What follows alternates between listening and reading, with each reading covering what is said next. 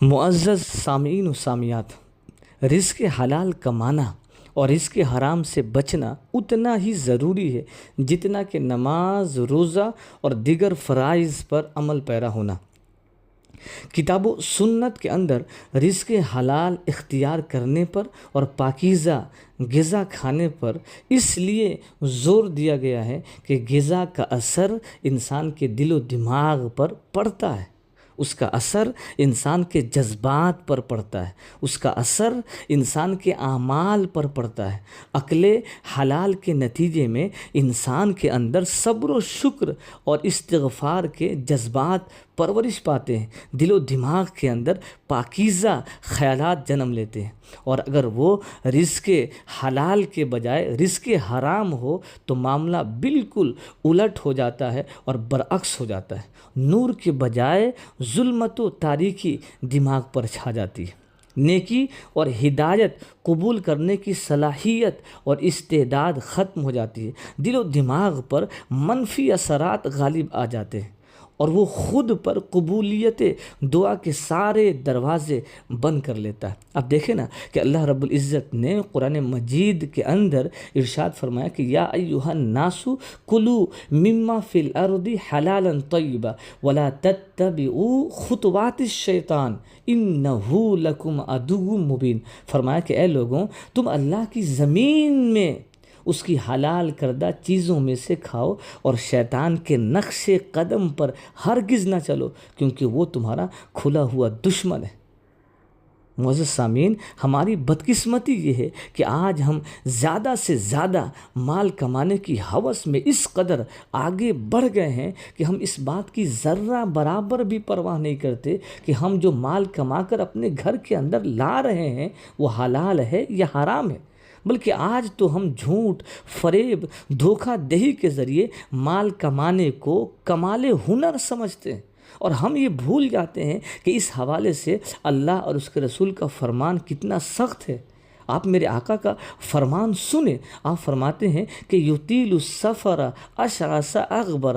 ترمذی شریف کی یہ حدیث ہے، حضور فرماتے ہیں کہ ایک بندہ لمبا سفر کر کے، سفر کی صعوبتیں اور مصیبتیں برداشت کر کے مکہ جاتا ہے اور سین حرم میں جا کھڑا ہوتا ہے، اس کے بال بکھرے ہوئے ہیں، لباس پھٹا ہوا ہے، حالت بالکل پراگندہ ہے، اپنے دونوں ہاتھ لمبے کر کر کے دعائیں مانگ رہا ہے اور اپنے مالک کو یا رب کہہ کر کے پکار رہا ہے۔ وَمَطْعَمُهُ حَرَامٌ وَمَشْرَبُهُ حَرَامٌ وَمَلْبَسُهُ حَرَامٌ وَغُذِّيَ بِالْحَرَامِ، مگر اس کا کھانا حرام کا ہے، اس کا پینا حرام کا ہے، اس کا پہننا حرام کا ہے، اس کا جسم مال حرام سے پلا بڑھا اور پروان چڑھا ہے۔ میرے آقا فرماتے ہیں فَأَنَّا يُسْتَجَابُ لِذَلِكَ، بھلا ایسے شخص کی دعا اللہ رب العزت کی بارگاہ میں کیسے قبول ہو سکتی ہے؟ کعبے میں بھی قبول نہیں ہوگی۔ اللہ اکبر۔ معلوم یہ ہوا کہ دعاؤں اور عبادات کی قبولیت کے لیے رزق کا پاکیزہ ہونا اور حلال ہونا یہ بنیادی شرط ہے۔ جس کے پیٹ میں حرام کا ایک لقمہ بھی ہوگا اس کی دعا اور عبادت ہرگز قبول نہیں ہو سکتی۔ تو عزیزان محترم، جو لوگ ڈاکہ زنی کرتے ہیں، چوریاں کرتے ہیں اور فراڈ کرتے ہیں، رشوت خوری اور سود خوری کرتے ہیں، امانت میں خیانت کرتے ہیں، کسی کا لیا ہوا قرض واپس نہیں کرتے اور جھوٹ بول کر دھوکہ دہی کے ساتھ خرید و فروخت کرتے ہیں، دوسروں کا مال اور جائیداد سیدھے ہڑپ لیتے ہیں، بھلا ایسے لوگوں کی نیکیاں اور دعائیں اللہ کی بارگاہ میں کیسے قبول ہو سکتی ہیں؟ ہرگز نہیں۔ اور بھلا ایسے لوگوں کو قیامت کے دن اللہ کی عدالت میں ذلیل و رسوا ہونے سے بھلا کون سی شے بچا سکتی ہے؟ اللہ اکبر۔ اس لیے اگر ہم اللہ رب العزت پر اور آخرت کے دن پر ایمان رکھتے ہیں اور ہم چاہتے ہیں کہ ہماری نیکیاں اور دعائیں اللہ کی بارگاہ میں کبھی رد نہ ہوں، تو ہم پر لازم ہے کہ ہم آج ہی مال حرام سے توبہ کریں۔ اور عزیزان محترم یہ بات بھی بالکل واضح رہے کہ جس طرح مال حرام سے بچنا ہمارے لیے ضروری ہے، اسی طرح مال مشکوک سے بچنا بھی ہمارے لیے ضروری ہے۔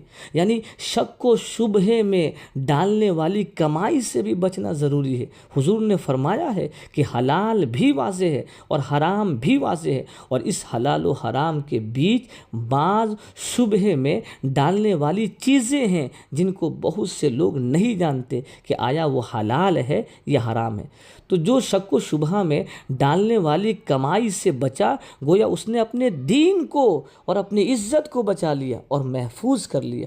اس لیے ہر مسلمان کو چاہیے کہ وہ ایسی چیزوں کے قریب بھی نہ جائے جن کی وجہ سے اس کے لیے حرام کا دروازہ کھلتا ہو، یا جن کی وجہ سے وہ حرام میں مبتلا ہونے کا اندیشہ رکھتا ہو۔ اللہ ہمیں مال حرام سے بھی بچائے، مال مشکوک سے بھی بچائے، اور ہمیں قناعت اور توکل اور صبر و شکر کی دولت سے بھی مالا مال فرمائے۔ آمین۔